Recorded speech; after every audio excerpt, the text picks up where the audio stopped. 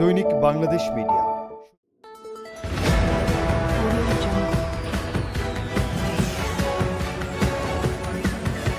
আসসালামু আলাইকুম। দৈনিক বাংলাদেশ মিডিয়ার সংবাদে আপনাদের স্বাগতম। সাথে আছি আমি শেখ রিমঝিম দোলা। ফিলিপাইনে মধ্যবর্তী নির্বাচনে ভোট দিচ্ছেন ভোটাররা।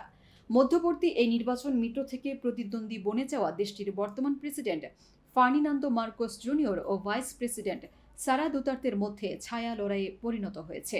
যদিও সোমবারের ভোটের ব্যালটে ফার্ডিনান্দো বা সারা দুজনের কারো নামই নেই, তবে তারা তাদের পছন্দের প্রার্থীদের পক্ষে জোরালো প্রচার চালিয়েছেন।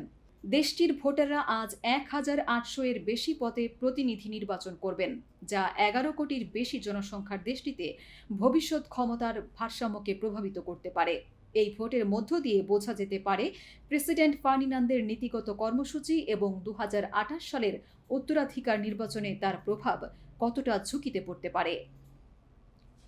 অন্যদিকে ভাইস প্রেসিডেন্ট সারা দুতার্তের রাজনৈতিক অস্তিত্ব এই ভোটের ওপর নির্ভরশীল হতে পারে, কারণ তার বিরুদ্ধে অভিশংসন বিচার শুরুর আশঙ্কা রয়েছে, যা তাঁর বাবা রদ্রিগো দুতার্তের পথ অনুসরণ করে ভবিষ্যতে দেশটির প্রেসিডেন্ট হওয়ার আশা একেবারেই শেষ করে দিতে পারে।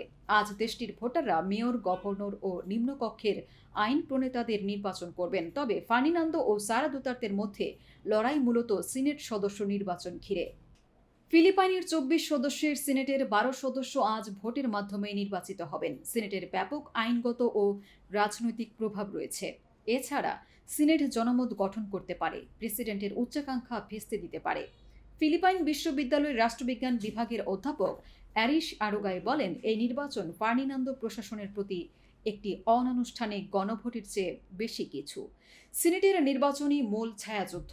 ফার্ডিনান্দোকে তার আইনগত ও অর্থনৈতিক কর্মসূচি এগিয়ে নিতে হলে সিনেটের সংখ্যাগরিষ্ঠতা কিংবা সম্ভব হলে বিপুল সংখ্যাগরিষ্ঠতা অর্জন করতে হবে।